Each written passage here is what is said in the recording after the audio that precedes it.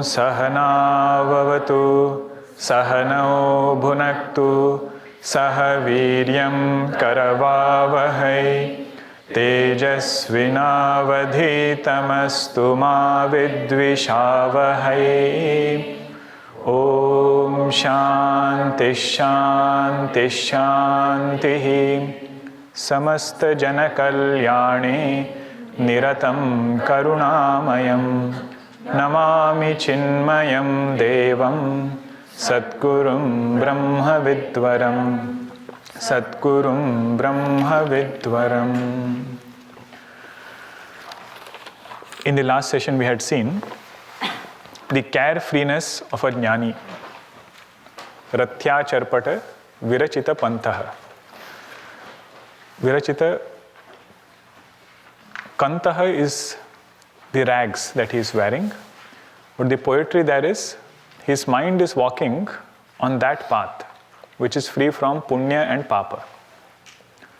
So one pantha is he picks up rags on the street and that he makes into a cloth. But internally his mind is reveling in that bliss. Punya punya vivarjita pantaha. Yogi yoga niyojita chittaha ramate balon mattavadeva.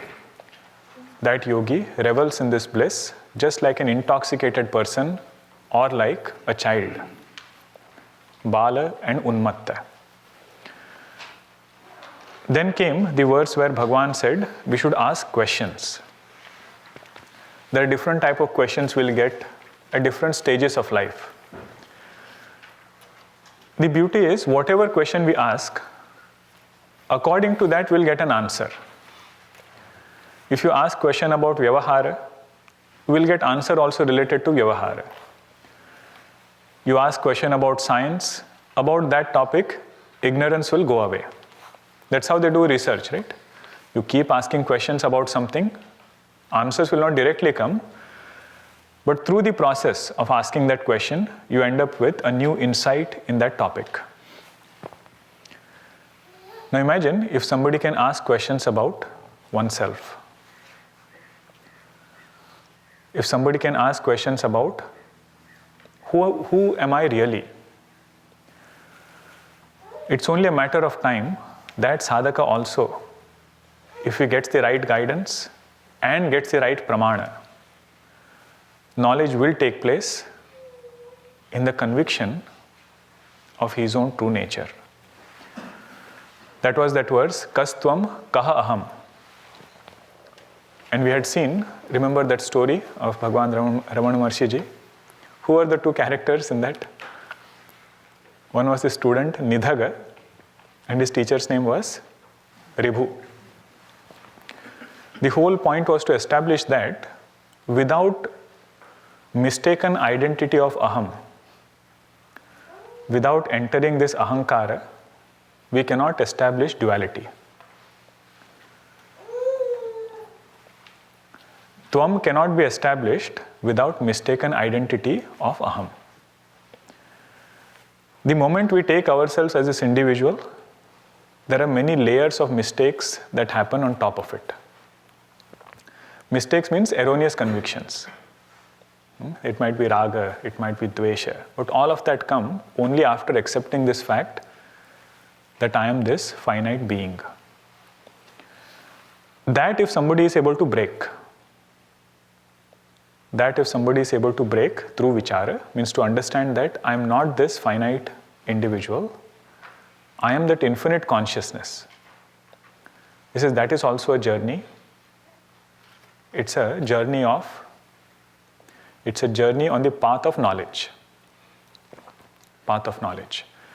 We have different schools of thoughts, right? Indian philosophy, we have different schools of thought. One school of thought is called as Charvak Darshan. Charvak Darshan means Charu Vak. Their speech is very, very appealing. Charu means sweet. Vak means speech.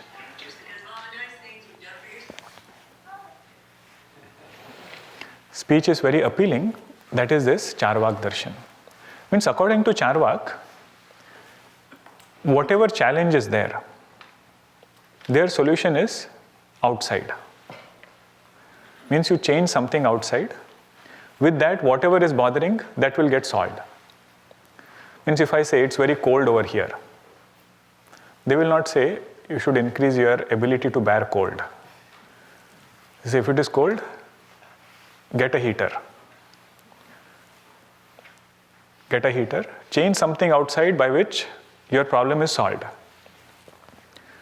Now this is done with everything. Whatever challenges might be there, this solution will be there outside only. Work hard to get that solution in place. And it's very appealing, right, to hear. Of course, that's what we should do. If it is cold, you should get a heater. But Vedanta says only on the strength of solutions outside, we cannot go too far. Some things you might be able to do that, but there are several things in life where we will have to seek a solution within. That is this journey of Adhyatma Shastra. One level of solution is at karma level. Karma level is in the sense that if I have done good karma, I don't have to worry about, I don't have to get excessively worried about good results coming to me. But real solution of Vedanta is there is no problem. Does it look appealing? This is why number of followers for true Vedanta will be very few. Starting from all our great acharyas, you see how many disciples they had. Somebody was sharing, Bhagavan Shankaracharya ji, 4 main disciples. Taponji Maharaj, 3 people would stay. Because the solution which is provided is not appealing.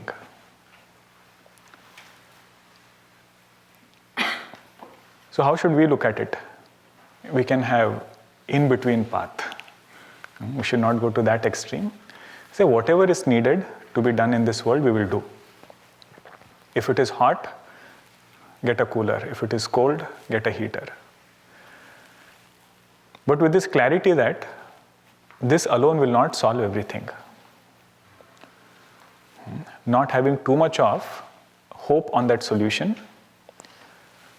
True solution will come only when I understand my nature to be Chaitanya and everything else to be a superimposition on this Chaitanya. Whenever that happens, we should congratulate ourselves. Whenever we can hold on to that solution as our fundamental solution, that day Advaita Vedanta has started speaking to us.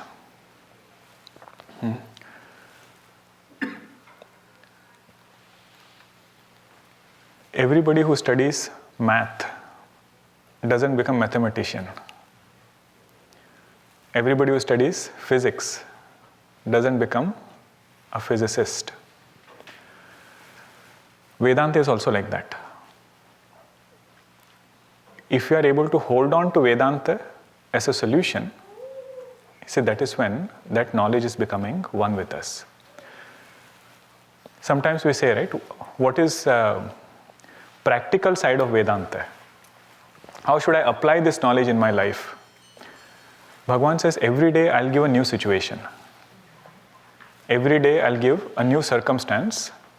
See if you can go through it on the strength of knowledge. See if you can go through it on the strength of knowledge. Do what you have to do, but at the same time, keep this thought in mind that this is not going to give any permanent solution. Sometimes you ask a question, right? How are things? What is our answer? Good. Our answer should be so far so good. So far so good, because nature of the world is such. You start from health to wealth to relationships. You say, how are things? Bhagwan's grace, so far so good. If we appreciate that, our commitment to scriptures, our commitment to Vedanta will become single-pointed. That is a mumukshu, who does not see any other solution in the world and is seeking something permanent. He says, I've tried several things. It works sometimes, it doesn't work sometimes. Even if it works, it doesn't stay forever. With that mindset, he becomes free. Why did we start this topic? Kastvam koham kuta ayatah. Kame janani kome tatah. When you inquire into world in this way, Bhagavan says, iti paribhavaya sarvam asaram. Inquiring about the nature of self, very quickly one should understand, world cannot be our goal. Asaram means what? I don't seek it as a goal. It can be a means, but it cannot be an end in itself. If this message we get, that means you have understood Bhajagovindam. Bhajagovindam, the whole hammering is for us to get this main message. Starting from Nahi Nahi Rakshati Dukrun Karane, each verse was hammering this point. This is the final part. Iti paribhavaya sarvam asaram vishvam tyaktva swapna vicharam. Let go of this Vishwa, thinking of it to be a dream. Then again the student got annoyed. He says, every time you keep saying Jagat is dream and mithya and everything. So Bhagavan said, no point in getting annoyed. Vyartham kupyasi maya sahishnu. This verse also we saw it last time. He said, there is no point in getting annoyed. This is the method of teaching. See, student can also get annoyed whenever in scriptures there is criticism.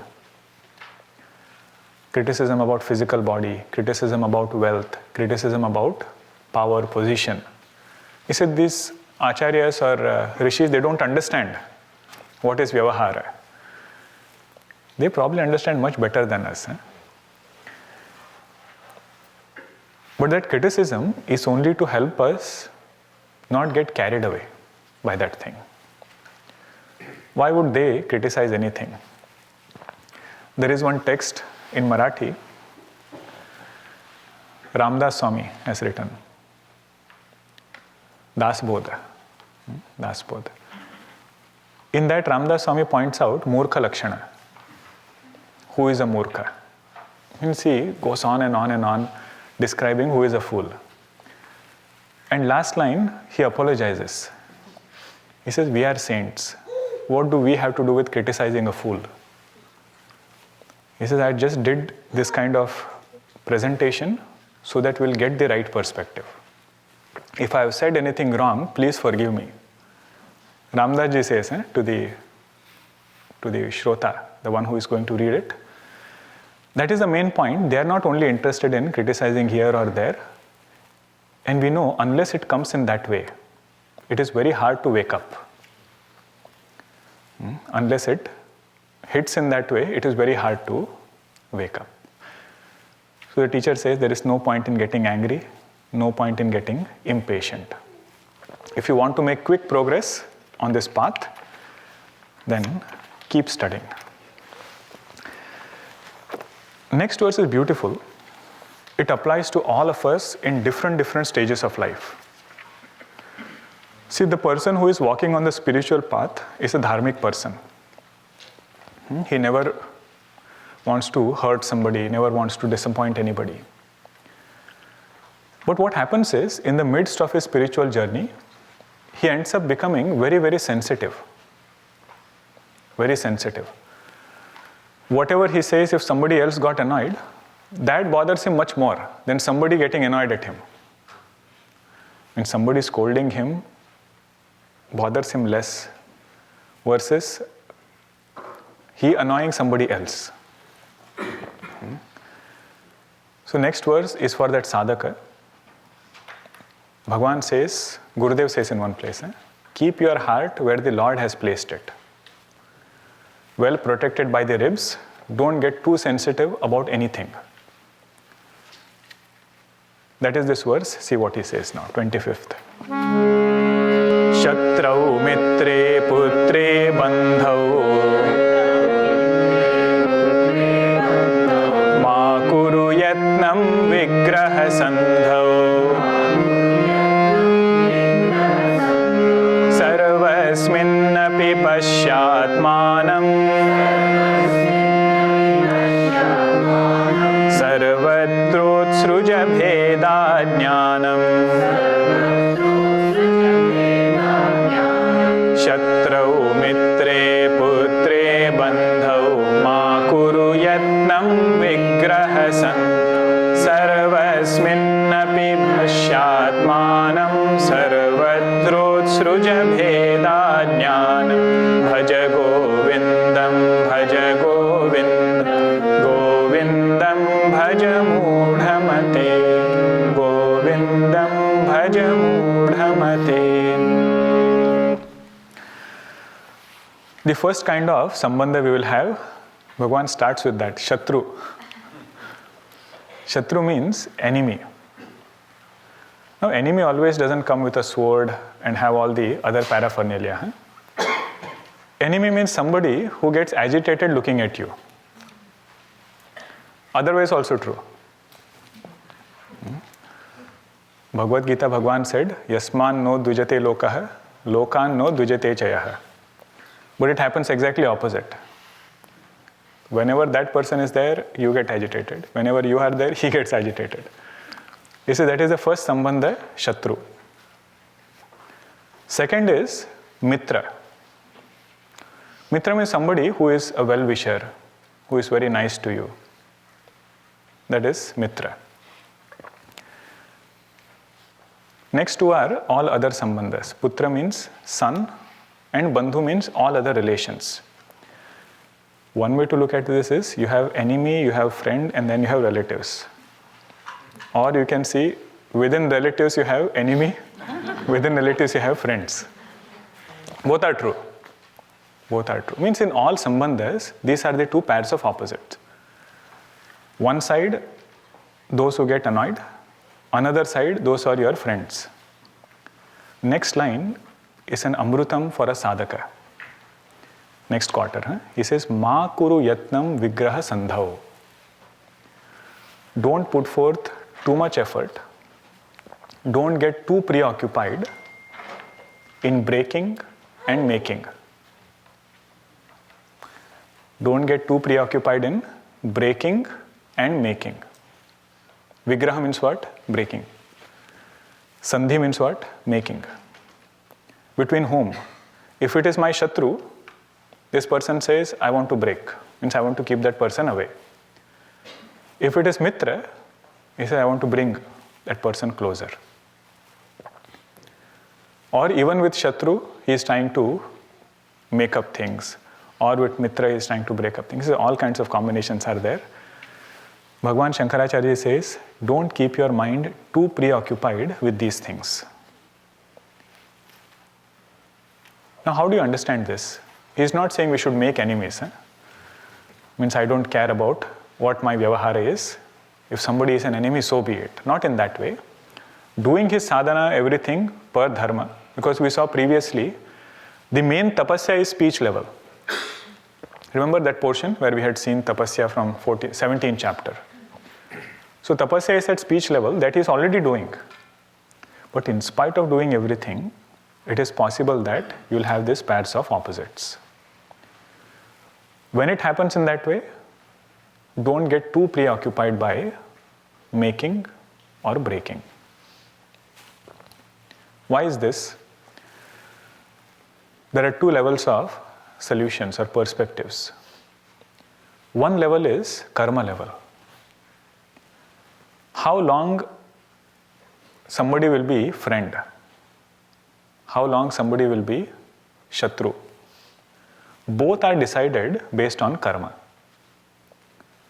When that karma sambandha is over, no matter how hard you try to make him your friend, It will just not work. And if karma sambandha is still there, no matter what you do, that person will still be there as a well-wisher. So Bhagavan says, let that not preoccupy our mind just to keep making and breaking something or the other. Focus on your main goal. That alone is your main job. Swami Akhandanandaji Maharaj, his students who were there, they would participate in Shastrartha. Shastrartha means you will go and debate with somebody from other darshana. So if you are representing Advaita Vedanta, you will debate with somebody from Sankhya, somebody from Yoga, somebody from other darshanas. Now one day one student came to Swamiji and said, Swamiji, I went for a debate. We started debating. And I tried to put my point to my best ability. But still that other scholar who was there, he got disappointed. Means he got angry, he got agitated by the points that I was making in Advaita Vedanta. And he said that guilt is there in my mind. That I am a sadhaka and this scholar got agitated because of my debate. Swamiji looked at him and said, looks like your mind is becoming too extrovert. His final conclusion was, looks like your mind is becoming too extrovert. Meaning if you are a seeker of truth, if you are supposed to be reflecting on this knowledge, why are you getting so concerned about who is doing what? Why are you getting so concerned about who got disappointed in that debate?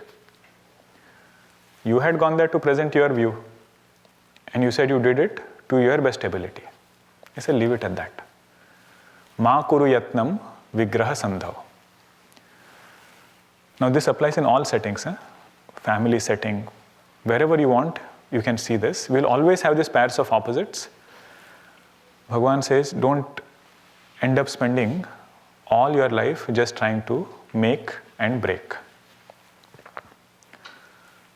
What is the purpose of life? That is the second line. Sarvasmin api pasya atmanam. Goal of life is not to see Shatru and Mitra. Goal of life is not Vigraha and Sandhi. He says goal of life is to see that Atma in each and every being.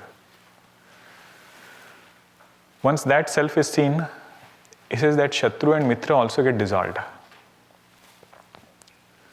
I hope we can appreciate both these standpoints, right? One is karma standpoint.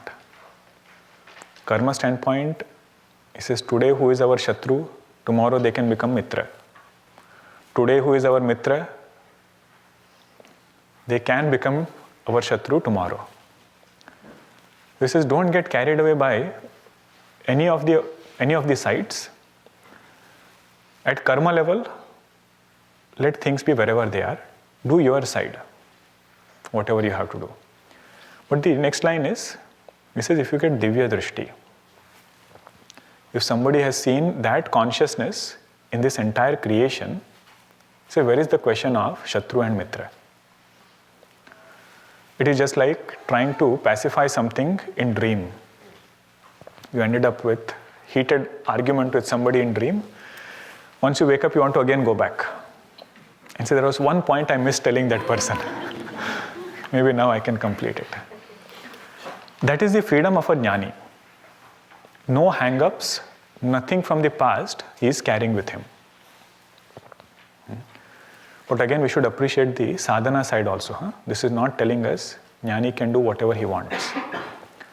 We will see this in Vedanta Sara.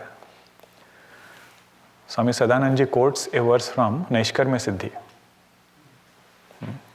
Let us see it there only. Because some verses, they're very strong. But they convey a point. They convey a point. He says he's doing his sadhana, but not getting carried away too much by what is happening outside. Sarvasmin api pasya atmanam sarvatra utsruja bheda ajnanam. With our sense organs, what we see is only bheda. What do sense organs report? Does sense organ tell us that we are all that same Chaitanya? Or does it say there are different jivas? in our own family we feel it is different people, where we should be seeing that ekatva. Means sense organs will never report ekatva. They will never report oneness. Through knowledge, he is able to override what he is perceiving. Vedanta will not make everything homogeneous. When suddenly you start seeing people coming together. You say that is something to do with the I, it has nothing to do with Vedanta. So oneness is knowledge overriding perception. That thing he has accomplished here. Sarvatra utsruja bheda ajnanam. Now this will not happen unless we have identified or we have understood our essential nature to be Chaitanya. In Kenopanishad, we had seen one example. Air is all-pervading. Air is infinite. That same air, when it enters this body, we start calling it my prana. Same air, when it starts or when it enters another body, we say it is his prana. Now you ask the air, whose prana are you? Person A, person B, or person C? Air says prana is from your standpoint. From my standpoint, I am just Vayu. Now if you have to remove this Bheda Buddhi in prana, what is the only remedy? To identify with Vayu. You don't have to remove prana buddhi from each one. Go to each conditioning and remove my prana there, remove prana buddhi there. He says no, once you identify with air, that all pervading air itself is appearing as prana. This is an example, we don't have to meditate upon air. The corollary there is, consciousness is like that air, which is all pervading, identified with one conditioning, is known as that particular jiva. So bheda will come because of conditioning. Remove body, remove mind. Bhagavan says, where is there duality? Without identifying with body, without identifying with mind, there is no individuality only. That ajnanam one has to remove. Gurudev would give a simpler example for this. He said, if our own finger goes in the eye, even if he is the Chief Justice of High Court, in all things he sees only giving justice. He will not say, fingers have made a mistake, I should give some punishment to this finger. Right? All the fingers together will go and serve this eye. Suppose if it is neighbor's finger. Neighbor's finger goes. Bheda comes, there is so much of agitation. So this sadhaka is somebody who is able to remove that bheda on the strength of knowledge. It is not that he is making his mind to believe something. He says that is the truth. We have started believing something else. You know that statement, right? Swami Vivekananda, somebody asked him, are you trying to hypnotize us by saying that you are consciousness, you are consciousness? Swamiji said, you are already hypnotized. I am de-hypnotizing with this knowledge. So bheda is not our essential nature. It is not reality. And you see, wherever bheda comes, that is where all agitations start. Means wherever we see something as different from ourselves, that is when all other emotions will creep in. Guruji said once, there was a brahmachari, he was traveling in Andhra Pradesh, alone. And something happened, his ticket was lost. India, you don't get, those times they didn't have the e-ticket and all, printed copy, he did not find. Now he's in that train, ticket collector has come, he's asking for his ticket. Now this person said, I don't have one. Then he was like fully on going by the rule. He said, next station you have to get down. If you don't have a ticket, you can't come, this and that, and he started scolding. And suddenly he asked him, where are you from? And our brahmachari said, Rajmundry. I am from that place, Rajmundry. So you are from that place, I am also from that place. The ticket collector also was from that place. And he said he made him reach their ashram. He got down with him in the station, wherever he was supposed to be, that was the last stop. Came with him all the way to ashram. In his own car, he took him and dropped him at this ashram. And this brahmachari is nicely walking, without a ticket, nothing, and is coming inside. Before he knew that he is from the same place, what was the buddhi in his mind? Bheda buddhi. You are different, I am different. But the moment some similarity comes, it might be a simple thing like same hometown. Then you see the camaraderie, It is so, we are not different at all. For a jnani, it is from absolute standpoint. There is no loss of this knowledge. Other similarities, sometimes it will work, sometimes it will not. But from Chaitanya's standpoint, he says there is never a time when I was different from you. Unconditional love is possible only when that person is abiding in that absolute consciousness. The moment there is some kind of ahankara involved, moment some individuality is involved, it will not remain unconditional anymore. There will be some barter. If you give, you have to get something. The only place where it is possible is abiding in that Chaitanya. Now you see, in any sambandha, in any relationship, Gurudev would say, if you have to love, you have to be independent. Parents loving children. To love in true essence, to love in true spirit, he said one has to be independent. Means our love cannot be dependent upon their response. If Adhyatma sadhaka can become independent in that way, every sambandha will become sweeter. Every relationship will become sweeter. Sometimes you talk about work-life balance, right? Means I work for certain hours and life is something different and I'm trying to balance both of it. Vedanta is something which integrates everything. He says you become a good sadhaka, all other roles that we are playing, everything will fall in place.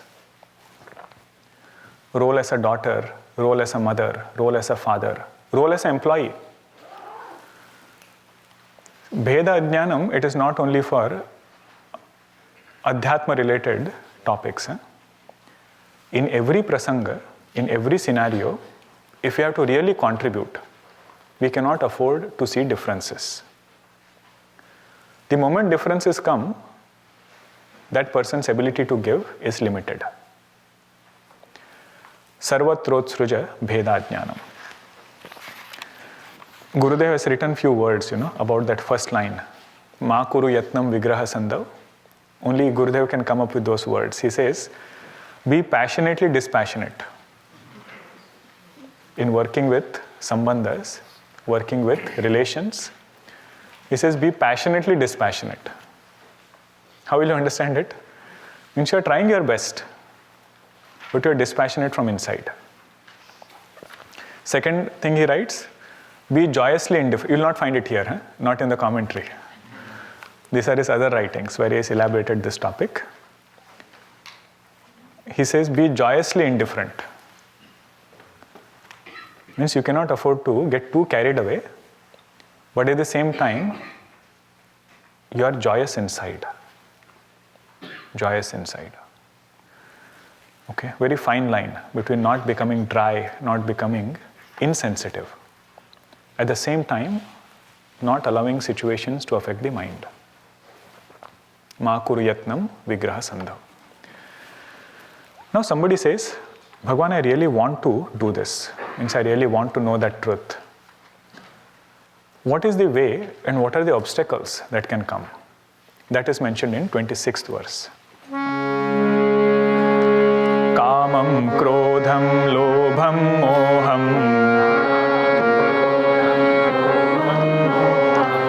त्यक्त्वात्मानं पश्यति सोऽहम् आत्मज्ञानविहीना मूढाः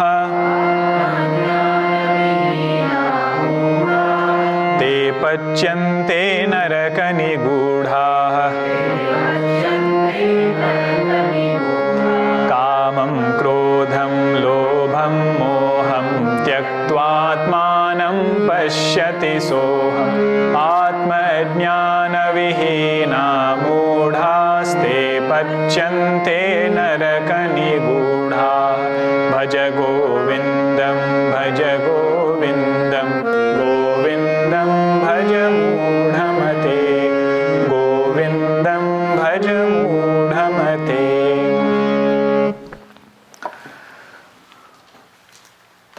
We have different parivars, right? What does parivar mean? Family. Somebody said parivar is something which is always at war, in between. Nothing to do with war. It is group together. This parivar is called as Maya parivar. That will obstruct seeing the truth for ourselves. That is this Maya parivar. One member of this parivar is present, it is sufficient. We don't need all four. Even one, if he is there, that person is sufficient from this parivar to give lot of trouble. First member's name is Kama. Kama means desire. He is actually the Mukhya. Mukhya means chieftain. If he is there, he brings all other people with him. Who are the other people? Second one is Krodha, anger. Whenever Kama is obstructed, desire is obstructed, that brings anger. Now we should not always feel objects only are desires. Sometimes we feel Kama is always towards objects. Kama can also be towards opinions. Holding on to that opinion so strongly, that can bring Krodha. In Purana, it is again presented in the story format. In the story of Naradji, when he wants to marry Vishwamohini. You know that story or not? Okay, some of you are new. So Naradji started doing tapasya. And in his tapasya, Kamadeva comes, tries to disturb his tapasya. And Naradji, out of his tapasya power, he opens his eyes, sees Kamadeva, but does not get disturbed. And he feels so proud. He says, I have broken Lord Shiva's record. Lord Shiva also did tapasya, Kamadeva came, but he opened his eyes and burnt Kamadeva. Bhagavan Shiva said, that is what you should have done. Kamadeva, you should not leave him like that. You should have done what I did. But he feels a lot of pride. Goswamiji writes, previously he would do Rama Katha, now he started doing Kama Katha. He started going and talking about, you see how great I am. I don't want to talk more about myself, but just letting you know that recently one incident happened. I was sitting there. Like this he goes. First he goes to Brahmaji. Brahmaji doesn't even look at him. Own son, right? Brahmaji is so busy with his work, he says, not right now. Then he goes to Lord Shiva. Lord Shiva says, you have told me it is okay. But please don't go and start with Lord Vishnu. He is very naughty. He will instigate this topic. But be careful, don't open your mouth, even if he starts this topic. Naradji says, even gods get jealous. Lord Shiva is jealous that I broke his record. He doesn't want to make me famous. Just so be it. Everybody has their own journey. Goes to Lord Vishnu. Even before he can come inside, Bhagwan comes to the door. Bhagwan Vishnu says, such a great punya to see tapasvi like you. Where do we get in Vaikuntha to see somebody like you? Calls him inside, makes him sit in one place. He said, I know you don't want to talk about yourself, but I heard that you won over Kamadeva. Naraji says, yeah, I mean, it is just, by the way, he starts talking about himself. Ura ang kurevu garva mahatari, Goswamiji writes. Bhagwan is antaryami. Whenever pride sprouts in our heart, before anybody can know, Bhagwan knows it. He says, whichever thing you are proud of, with that same thing I will bring you down. So Naradji is very kautuki. He likes to explore. Some people are like that, You send them to bring something. By the time they have brought, they have explored everything in that place. On the side streets, what was there, who was there, everything they have explored. So Naradji was like that, but when he goes, he finds a new nagari, new township, which he has never seen before. He says, how is this possible? I have explored everything of Vaikuntha, but this new nagari, I don't know where it is. Goes inside. Then he meets a king. The king of that city, he calls him. He says, Naradji has come, bring him inside. Then his daughter was Vishwamohini. She was going to get married. So the king says, please read her palm. Naradji sees, and the palm read, Lord of the universe will become her husband. How does Naradji read it? Whoever who marries her will become Lord of the universe. Then, but one good thing he does is, he says, Bhagwan, please bless me with Hari Rupa. He was a devotee, right? Whatever he wants, he'll ask from Bhagwan only. So Bhagwan Hari, he says, give me your Rupa. You are the most handsome person ever. Let me get your Rupa only. Bhagwan said, you should have studied Sanskritam. One word can have many meanings. Hari means Bhagwan Hari. Hari also means a monkey. Whatever is good, I will give. So he gets Hari Rupa, becomes a monkey. But see Bhagwan's Leela. Huh? Only Vishwamohini is seeing him as monkey. Everybody else is seeing as Naradji. That is even worse. If everybody saw, somebody could have told him. But everybody says, oh, Naradji, Naradji. And they were sitting in rows. All kings had gathered there. They were sitting in rows. Naradji comes and sits in the first seat. But he is in his Vanara Vesha. Vishwamohini doesn't even look at that direction, just looks this way and goes. Naradji feels maybe she didn't see me. Goes again and sits in the next row.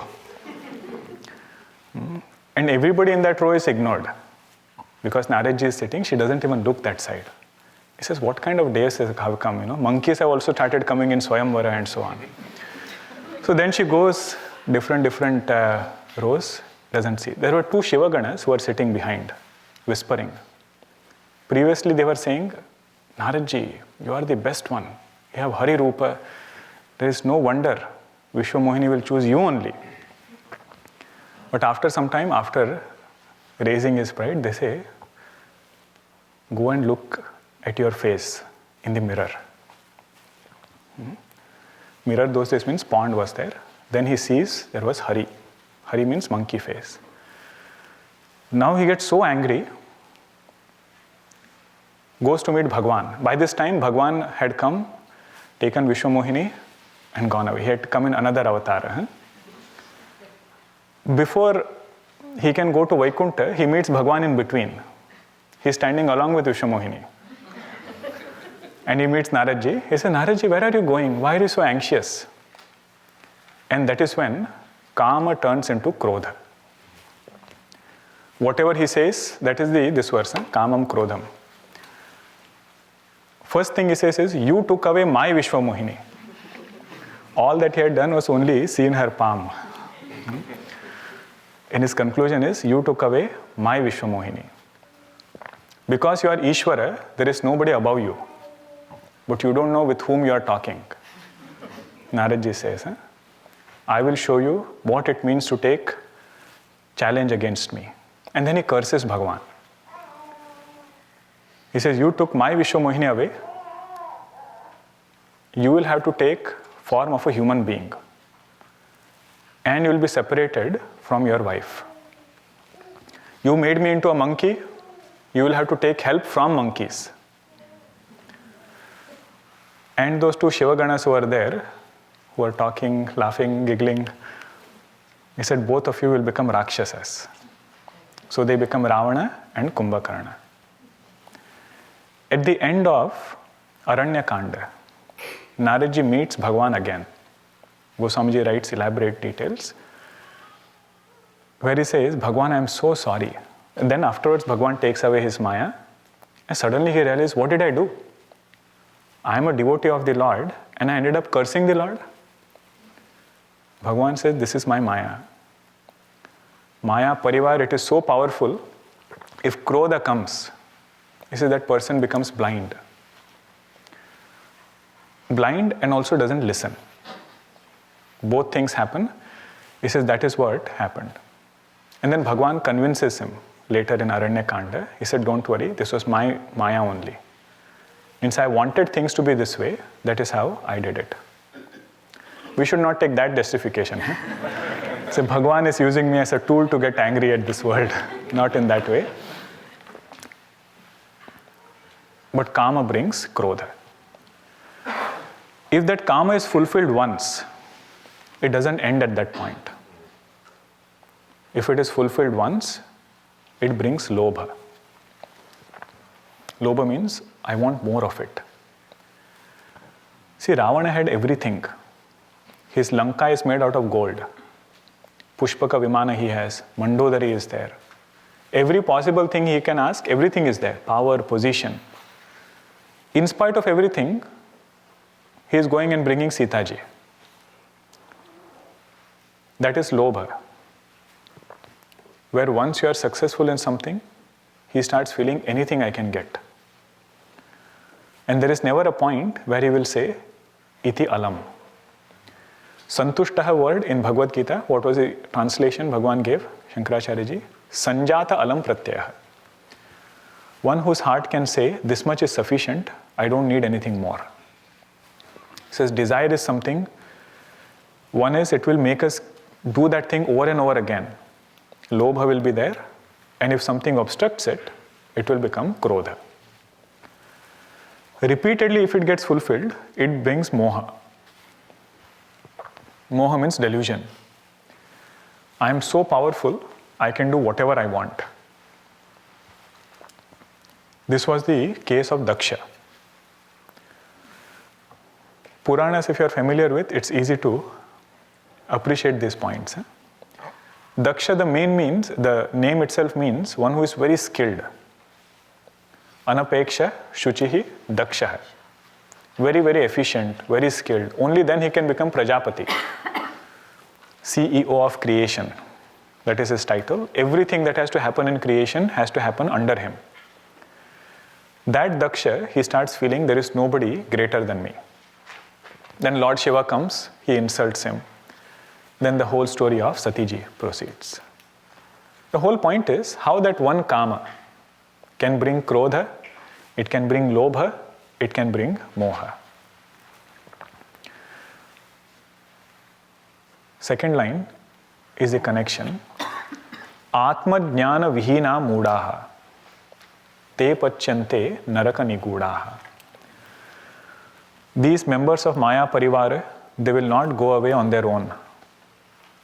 They have to be removed through sadhana. They will really go away when knowledge dawns. Knowledge of the higher self, when it dawns, then only these lower tendencies which are there, they can go away for good. If they stay within us,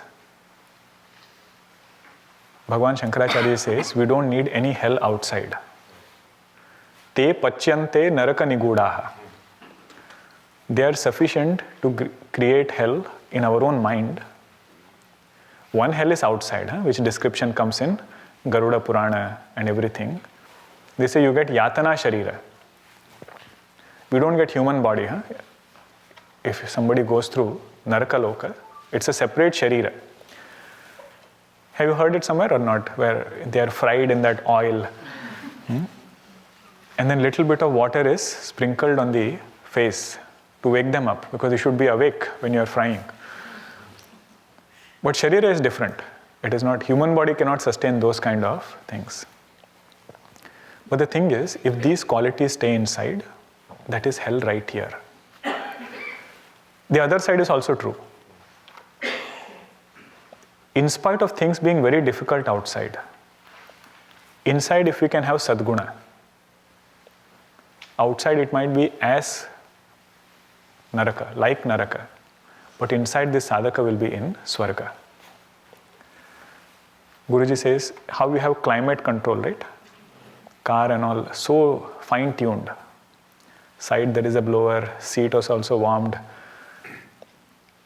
Left side and right side, there are different controls I heard, not the same. It's very fine-tuned.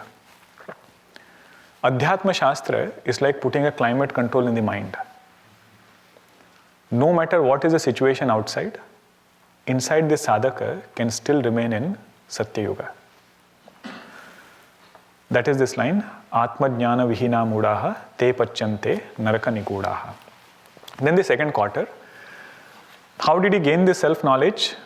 He says, Tyaktva Kamam Krodham Lobham Moham. Tyaktva goes with the first four. Huh? Don't read it as Tyaktva Atmanam. Okay. Kamam Krodham Lobham Moham Tyaktva Atmanam Pashyati.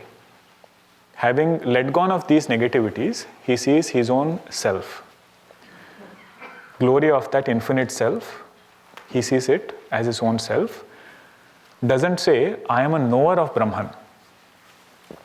Tyaktva Kamam Krodham Ityadi Atmanam Pashyati Saha Aham. He says, I am that truth. I am that truth. In the camp I had mentioned something. When somebody asked Swami Akhandananji that you teach Bhagavatam also, you teach Upanishad also. Are you Vishishta Advaitin or are you Advaitin? And his answer was, I am Advaita. All isms which are there, they go with ahankar. I am not knower of that truth. He said, I am that truth. In that way, who understands, that person is freed from all bondage. We have few more verses, but we'll complete it when we meet back after our winter break. There is no point in rushing through these verses. So we'll need one more session for completing the text. After that, we'll have our recaps. How many of you have signed up already for recaps? You can raise your hand. Raise your hand a little bit. 1, 2, 3, 4. Jignesh bhai, there should be more, right? Yes. Okay. So we are working on getting more people. See, the whole point is, this recap, it's a joint effort. Okay. I would have done it, the 13 verses, but if all of you can do few verses, then it makes my job easier. That we'll get a very good overview of the text. But also, the words that we reflect upon, it will open up more to us. So I hope all of you take benefit of this. You can give your name to Manuja. She is taking the names down. And she has prepared an FAQ. What are the things? So one thing is, how much time do you have to speak? You say 5 minutes. Try to summarize it in 5 minutes. Whatever you want to do, present it in that 5 minutes only. You don't have to chant the verse, because 5 minutes, or if you chant, don't chant it in long tune or something. Just, chant the 2 lines and explain directly. Okay? If you can connect it back with the previous speaker, it is ideal. So if it goes in tandem, the previous speaker you can connect, it is ideal. It will look like a sequential thing. Anything else you want to ask in general? It's easier when everybody is there, we can go over it. Any other thing related to this presentation? Recap will be on not the first weekend, not on 8th, it will be on 15th. So from 15th onwards we'll start. 15th whole session will give only for recap. Okay, so we'll complete Bhajagovindam on 8th and then 15th. If there are more who are motivated to present, then we can figure out something. Maybe 45 minutes I'll do talk, 15 minutes we'll use for recap. Okay. I'm sure many are on the fence. You have to nudge them a little, they'll come and sign up. I think they are motivated now. They're motivated.